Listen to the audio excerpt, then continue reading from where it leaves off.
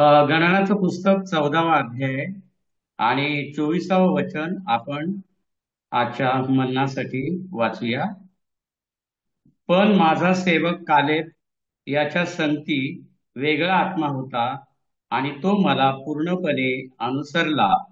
म्हणून ज्या देशात तो गेला होता तेथे मी त्याला नेईन आणि त्याचे संतान तो देश वतन पावेल. सर्वांच्या ओळखीचा हा शास्त्रपाठ आहे. आपल्या सर्वांना ठाऊक आहे की 12 हेर कनान देश हेरण्यासाठी पाठवले होते आणि गणनाच्या 13व्या अध्यायामध्ये त्या हेरांची नावे आहेत. आम्ही गणनाचा 13वा अध्याय आणि 6व्या वचनामध्ये वाचतो. अ,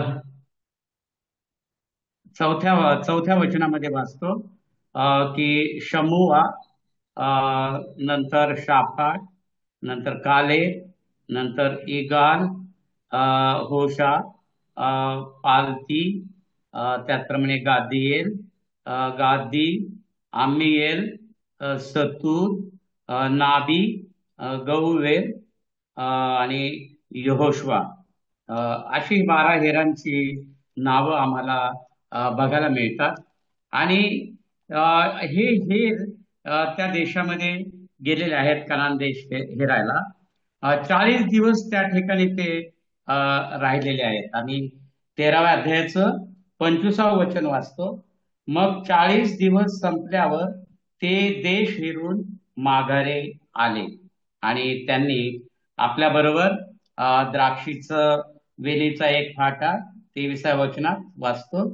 नंतर डाळिंब, अंजिरातून काही फळं आणली आणि तिथे असाही उल्लेख आढळतो 24व्या वचनात की जेथून त्यांनी तो घोस तोडला त्या ठिकाणाचे नाव अश्कोल म्हणजे घोस ओहळ असे पडले. प्रियानो, या हेरांनी अ, चांगली बातमी आणलेली आहे आणि वाईट बातमी देखील आणलेली आहे. 13व्या अध्यायाच्या 27व्या वचनामध्ये आम्ही ते वाचतो. आणि त्यांनी झालेला वृत्तांत त्याला सांगून ज्या देशातून तू आम्हास पाठवले तेथे आम्ही पोचलो आणि खचित तो दूध व मध वाहत असलेला देश आहे आणि त्यातली फळं आहेत. आणि 28व्या वचनात पुढे असं म्हटलेलं आहे की परंतु देशात राहणारे लोक बलवान आहेत आणि तेथली नगरे तटबंदीची व फार मोठी आहेत आणि आणखी तेथे अनाखाचे वंशज आम्ही पाहिले.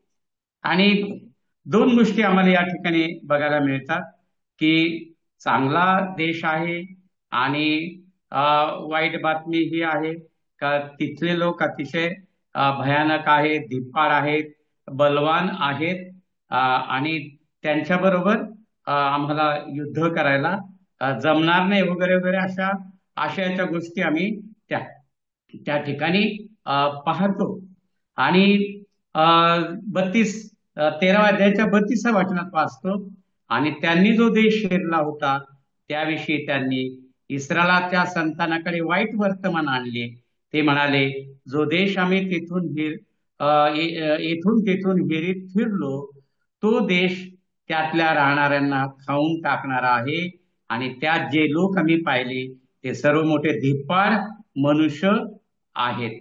आणि या प्रकारे आनंदाची बातमी आणि घाबरून टाकणारी बातमी या दोन्ही गोष्टी आम्हाला बघायला मिळतात. परंतु या शास्त्रपाठामध्ये आम्हाला ही गोष्ट देखील बघायला मिळते की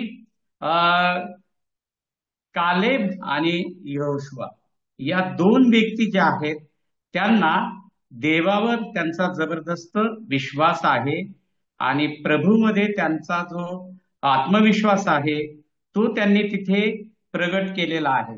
परंतु वाईट बातमीमुळे घाबरून लोक एकमेकास काय म्हणू लागले. 14व्या अध्यायाच्या 4थ्या वचनात आम्ही वाचतो. आणि ते एकमेकास म्हणाले, आपण पुढारी नेमू आणि मिस्रात माघारे जाऊ. परंतु यहोशुआ आणि कालेब ह्यांच्या बाबतीत आम्हाला हे बघायला मिळतं की त्यांना धीर दिला आणि आपण त्यांच्याबरोबर लढू, आम्ही तो प्रदेश आपण काबीज करू. आणि त्यांचा परमेश्वरचा वरचा भरोसा आम्हाला त्यांच्या जीवनात त्या ठिकाणी दिसून येत आहे की परमेश्वराच्या मागे ते गेले, परमेश्वरावर त्यांनी विश्वास ठेवला, परमेश्वरासाठी ते पूर्ण समर्पित झाले आणि त्यांनी आपल्या जीवनाचे ध्येय ते ठेवले. आणि पवित्र शास्त्रातील व्यक्तिरेखांमधून आम्हाला या गोष्टी शिकायला मिळतात की आम्ही कशा प्रकारे त्या व्यक्तींकडे बघून आमचा देखील विश्वास, आमचा देखील धीर आणि आमचं जीवन देखील म्हणजे आमचं वाढवावं आणि आमचं जीवन देखील आणि त्यांच्याप्रमाणे पूर्ण म्हणजे परमेश्वरासाठी पूर्ण समर्पित होऊन जगावे. आणि हे त्यांच्याकडे बघून आम्हाला शिकायला मिळतं. त्यांनी परमेश्वरावर दाखवलेला विश्वास, परमेश्वराविषयीच्या गोष्टींमध्ये त्यांनी जो आत्मविश्वास दाखवला आणि त्यामुळे देवाने कालेबाला आणि यहोशुआला कशा प्रकारे देवाने त्यांचा उपयोग करून घेतला हे आपण या ठिकाणी लक्षात घेऊया. आणि कालेब आणि यहोशुआ यांच्याप्रमाणे आपलं जीवन देखील परमेश्वराला उपयोगी पडावं, आमचं जीवन देखील उपयुक्त जीवन व्हावं परमेश्वरासाठी. म्हणून आपण या दोघांच्याही जीवनातून हा धडा घेऊया. आणि देवाने कशा प्रकारे उत्तम प्रकारे देवाने त्यांचा उपयोग करून घेतलेला आहे.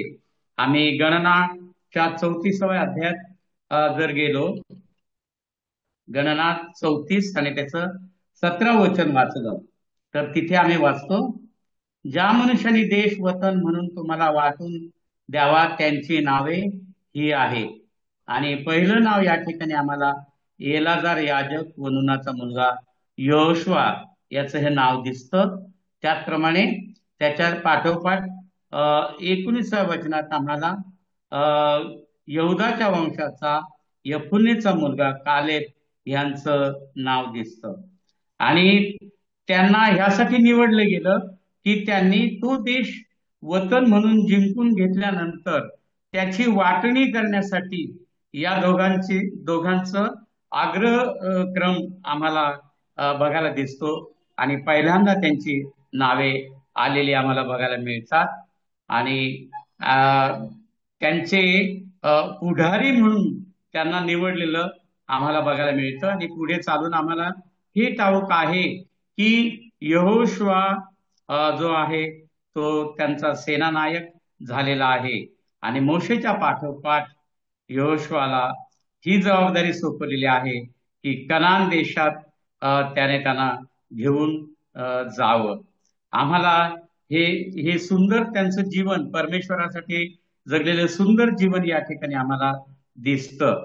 आम्हाला 14व्या अध्यायाच्या 19व्या वचनामध्ये हे बघायला मिळतं की मोशेने कशा प्रकारे मध्यस्थी केलेली आहे.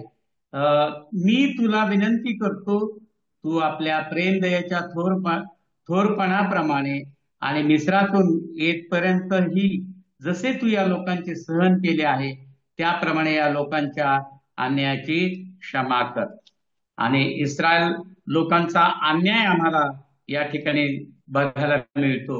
आणि त्यासाठी मोशेला मध्यस्थी करावी लागली, कारण परमेश्वर म्हणाला यांना मी आता सर्वांना नष्ट करून टाकतो, यांना मी मारून टाकतो. परंतु इब्री लोकाच्या पत्रात 13व्या अध्यायामध्ये आम्हाला पुढे बघायला मिळतं. इब्री लोकास पत्र 13वा अध्याय 3रा अध्याय आणि 1 ते 6 वचन बघायला मिळतात. म्हणून पवित्र भावांनो, आकाशातल्या बोलावण्याचे भागीदार हो, आपण पत्करलेला प्रेषित व प्रमुख याजक ख्रिस्त येशू याचे ध्यान करा. जसा मोशे त्याच्या सर्व घरात विश्वासू होता तसा हाही आपल्या नेमणाऱ्यांशी विश्वासू होता. कारण जितक्याने घर बांधणाऱ्याला घरापेक्षा अधिक सन्मान आहे, तितक्याने हा मोशेपेक्षा अधिक सन्मानास योग्य लेखलेला आहे. कारण प्रत्येक घर कोणीतरी बांधलेले असते, परंतु ज्याने सर्व काही रचले तो देव आहे. आणि ज्या गोष्टी पुढे सांगायच्या होत्या त्याबद्दलच्या साक्षीसाठी मोशे त्याच्या सबंध घरात सेवक या नात्याने खरोखर विश्वासू होता. परंतु ख्रिस्त त्याच्या घरावर पुत्र या नात्याने विश्वासू आहे. जर आपण आपला भरोसा आणि आशेचा आनंद शेवटपर्यंत बळकट धरतो तर आपण त्याचे घर आहोत. प्रियानो, मोशेने जी मध्यस्थी केली त्यापेक्षा प्रभू येशू ख्रिस्त याजक ह्या नात्याने सर्वश्रेष्ठ आहे.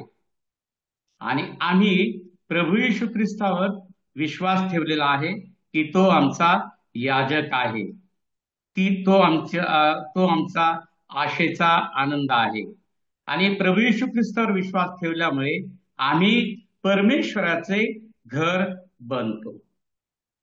प्रियानो, देवासाठी उपयुक्त जीवन या लोकांचं आम्हाला बघायला मिळतं की ते आमच्यासाठी आदर्श आहेत. याचकीय सेवेसाठी प्रियानो आम्हाला देवाने ख्रिस्त येशूमध्ये निवडलेलं आहे आणि त्या जीवनामध्ये आम्हाला सर्वश्रेष्ठ याजक असा प्रभू येशू ख्रिस्त दिलेला आहे. म्हणून लीडर म्हणून किंवा पुढारी म्हणून आम्हाला या प्राचीन काळातल्या प्रियजनाकडे आम्हाला बघायला मिळतं. देवाचं सेवक, सेवा करणारे देवाचे सेवक या नात्याने सुद्धा आम्हाला त्यांच्याकडे बघायला मिळतं की कशा प्रकारे म्हणजे ते आमच्या विश्वासाचा आदर्श प्राचीन काळातल्या लोकांपैकी ते आमचा आदर्श होऊ शकतात. As an example of faith and courage. आणि गणनाच्या 13व्या अध्यायामध्ये आम्हाला ही गोष्ट बघायला मिळते 30व्या वचनामध्ये. मग कालेब मोशे समोर लोकांना शांत करून म्हणाला, आपण वर जाऊच आणि तो देश वतन करून घेऊ, कारण आम्ही तो हस्तगत करून घ्यायला शक्तिमान आहोत. आणि म्हणून मोशेची मध्यस्थी किंवा यहोशुआचं म्हणजे पुढारपण किंवा कालेबाचं पुढारपण, त्यांची सेवा या गोष्टी आम्हाला बघायला मिळतात. त्यांना कनान देशात जायचं होतं, परंतु आम्हाला मात्र देवाच्या जवळ जायचं आहे आणि देव आमच्यासाठी जागा तयार करायला गेलेला आहे. आणि योहानाच्या शुभवर्तमानामध्ये 14व्या अध्यायात आणि देव प्रभू येशू ख्रिस्त स्वतः म्हणतो, तुमचे अंतःकरण घाबरू नये, देवावर विश्वास ठेवा आणि माझ्यावरही विश्वास ठेवा. माझ्या बापाच्या घरात पुष्कळ राहण्याच्या जागा आहेत. असे नसते तर मी तुम्हाला सांगितले असते, कारण मी तुमच्यासाठी जागा तयार करायला जातो. आणि मी जर गेलो आणि तुमच्यासाठी जागा तयार केली तर मी पुन्हा येईल आणि तुम्हाला माझ्याजवळ घेईल, यासाठी की जेथे मी आहे तेथे तुम्हीही असावे. आणि जेव्हा ते म्हणाले की प्रभू आम्हाला मार्ग ठाऊक नाही, प्रभूने त्यांचं अज्ञान दूर करून तो म्हणाला 6व्या वचनात, येशूने त्याला म्हटले, मार्ग सत्य व जीवन मीच आहे, कोणीही माझ्यामधून आल्या वाचून बापापाशी येत नाही. त्यांचा प्रवास कनान देशाकडे चालू होता. आमचा प्रवास स्वर्गाकडे प्रभू येशू ख्रिस्त जिथे आहे तिथे आमचा प्रवास चालू आहे. एवढ्या लोकांपैकी फक्त 2 लोकांनी हा विश्वास ठेवला, यहोशुआ आणि कालेब. आम्हाला भयंकर गोष्टींना तोंड द्यायचं आहे, भयंकर अनाकी किंवा धिप्पाड लोक आहेत, छळ आहे, त्रास आहे, परंतु त्या सर्व गोष्टींशी मध्ये टिकून आम्हाला आमचा प्रवास चालू ठेवायचा आहे. आणि म्हणून 15 वचनाच्या 18 आणि 19व्या अध्यायात असं म्हटले आहे, जर जग तुमचा द्वेष करते तर तुमचा द्वेष करण्याच्या पूर्वी त्याने माझा द्वेष केला आहे, हे तुम्ही जाणता. जर तुम्ही जगाचे असता तर जगाला जे आपले स्वतःचे ते आवडले असते, परंतु तुम्ही जगाचे नाही, तर मी तुम्हा जगातून निवडले आहे, म्हणून जग तुमचा द्वेष करते. यहोशुआ आणि कालेब या दोन व्यक्तीचा जबरदस्त विश्वास देवाने पुढे त्यांना पुढारपण करण्यासाठी निवडलं आणि प्रियानो विश्वास ठेवून आणि ते ध्येय त्यांनी त्यांच्या डोळ्यासमोर ठेवून ते चालले. आम्हाला सुद्धा देवाचं गौरव पाहण्यासाठी जायचं आहे. कारण 17व्या अध्यायामध्ये, योहानाच्या 17व्या अध्यायामध्ये आम्हाला 24व्या वचनात म्हटलेलं आहे. योहानाचं पुस्तक 17वा अध्याय आणि 24वं वचन, हे बापा, माझी अशी इच्छा आहे की जे तू मला दिले आहेत त्यांनीही जेथे मी आहे तेथे माझ्यापाशी त्यांनी असावे, यासाठी की जे गौरव तू मला दिले आहे ते त्यांनी पाहावे. कारण जगाचा पाया घातला त्यापूर्वी तू माझ्यावर प्रीती केली. प्रभू येशू ख्रिस्ताची प्रार्थना, याचकीय प्रार्थना आम्हाला या ठिकाणी बघायला मिळते. आणि त्याची ही उत्कट इच्छा आहे की आम्ही स्वर्गामध्ये त्याचं गौरव पाहायला आम्हाला तो नेणार आहे. त्याची इच्छा आहे की आम्ही तिथे असावं. परंतु दुसरी गोष्ट देखील आम्हाला बघायला मिळतं की ज्यांनी विश्वास ठेवला नाही त्या लोकांचा नाश झालेला आम्हाला बघायला मिळतो. म्हणजे 40 वर्षाचा त्यांना प्रवास करावा लागला. एवढंच नव्हे तर त्या काळातली जी पिढी, यहोशुआ आणि कालेब यांच्या काळातली जी पिढी होती ती पिढी संपूर्ण नाश झाली. परंतु त्यानंतरची जी पिढी आहे ते मात्र आणि यहोशुआ आणि कालेब मात्र कनान देशात गेलेले आहेत. आणि म्हणून ही घटना आम्हाला या गोष्टीची आठवण करून देते की देव न्याय करणार आहे आणि प्रभू येशू ख्रिस्ताच्या द्वारे तो न्याय होणार आहे. प्रगटीकरणाच्या पुस्तकात आम्हाला या गोष्टी बघायला मिळतात की ज्यांनी विश्वास ठेवला प्रभू येशू ख्रिस्तावर त्यांचा प्रवेश स्वर्गात होणार आहे. ज्यांनी विश्वास ठेवला नाही त्यांचा नाश होणार आहे आणि त्यांना नरकामध्ये ते जाणार आहे, जिथे रडणं आणि दात खाणं आहे, अशा ठिकाणी ते जाणार आहेत. परंतु यहोशुआ आणि कालेब ह्यांच्या बाबतीत आम्हाला ही गोष्ट बघायला मिळते की त्यांनी म्हातारपणापर्यंत सेवा केलेली आहे. म्हातारपणापर्यंत, तुम्ही तरुण असा किंवा वृद्ध असा, तुमचं अंतःकरणातलं हे ध्येय असलं पाहिजे की मी म्हातारपणापर्यंत मी देवाची सेवा करील, मरूपर्यंत मी देवाची सेवा करेल. म्हणून यहोशुआ आणि कालेब तरुणांना जसा आदर्श आहे तसं आम्हाला वृद्ध लोकांना देखील तो आदर्श आहे. पहिले तिमोथेय याचा 4था अध्याय आणि 12व्या वचनामध्ये आम्हाला ते वाचायला मिळतं की तिमोथेया देवासाठी उपयुक्त झाला, त्याच्या धनाची सेवा करण्यासाठी तो उपयुक्त झाला. आणि 2 तिमोथेय 2रा अध्याय 20 ते 22 या तिमोथेयातल्या दोन्ही पत्रात बोध केल्याप्रमाणे मी हा मुद्दा मांडत आहे किंवा ही गोष्ट आपल्या समोर ठेवत आहे की तुम्ही देवाला उपयोगी पडणार का. आताच आम्ही गीतातून ऐकलं की प्रभू येशू, मी तुझ्यावर प्रेम करतो. तुम्ही प्रभू येशू ख्रिस्ताच्या प्रेमात पडलात आहात का. प्रभू येशू ख्रिस्तावर तुम्ही विश्वासणारे, प्रभू येशू ख्रिस्तावर विश्वास ठेवून तुम्ही विश्वासणारे झालेले आहात का. नोआच्या काळात फक्त 8 जण वाचले, 6,03,550 फक्त पुरुष होते आणि त्यांच्यापैकी 2 लोकांनी फक्त विश्वास ठेवला.